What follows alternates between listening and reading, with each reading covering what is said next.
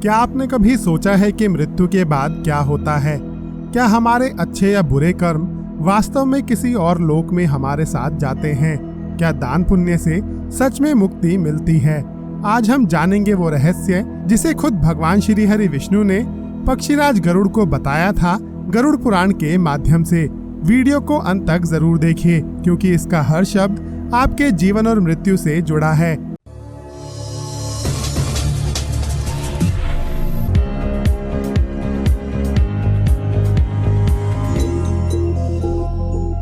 गरुड़ पुराण हिंदू धर्म का एक अत्यंत पवित्र ग्रंथ है, जो मृत्यु, धर्म, पुनर्जन्म, नरक और मोक्ष से जुड़ी सूक्ष्म बातों का वर्णन करता है।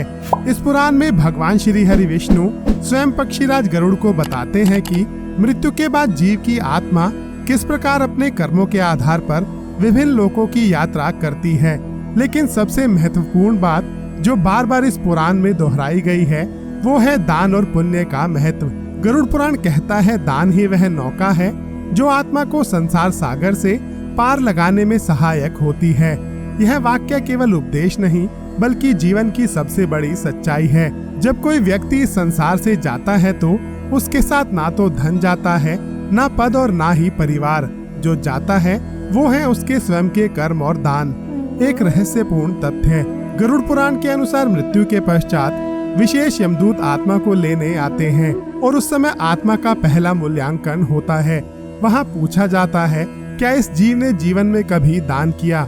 अगर उत्तर हाँ है तो आत्मा को नरक की कठिन यातनाओं से राहत मिलती है, उसे वो पुण्य कवच की तरह बचाता है।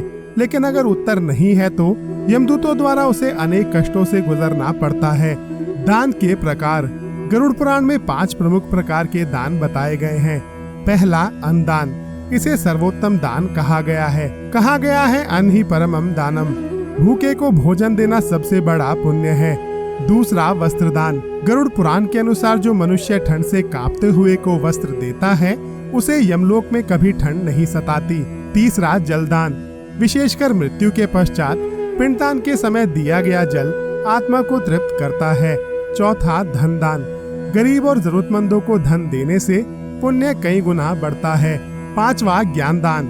यह दीर्घकालीन पुण्य देता है, क्योंकि ज्ञान किसी का जीवन संवार सकता है। दान ना करने का परिणाम। गरुड़ पुराण में कहा गया है, जो व्यक्ति अपने पूरे जीवन में कंजूस बना रहा, जिसने कभी किसी भूखे को अन्न नहीं दिया, किसी गरीब को सहारा नहीं दिया, वह मृत्यु के बाद कुंभीपाक नरक में जाता है। वहाँ उसे तेल में उबालकर यातनाएं दी जाती हैं।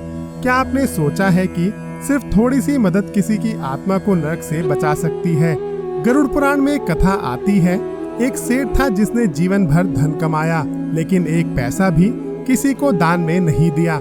जब वह मरा तो यमदूतों ने उसे घसीटकर नरक ले जाना शुरू किया। सेठ चीखने लगा, मैंने तो किसी का नुकसान नहीं किया, मुझे इस प्रकार क्यों ले जाया जा रहा है? यमदूत बोले, तूने अपने जीवन में किसी भूखे को अन्न नहीं दिया, किसी गरीब की मदद नहीं की, तेरे पास सब था, लेकिन तूने किसी को कुछ नहीं दिया। सेठ की आत्मा तड़पती रही और तब उसे समझ आया कि दान ही असली धन है। दान कब और कैसे करें?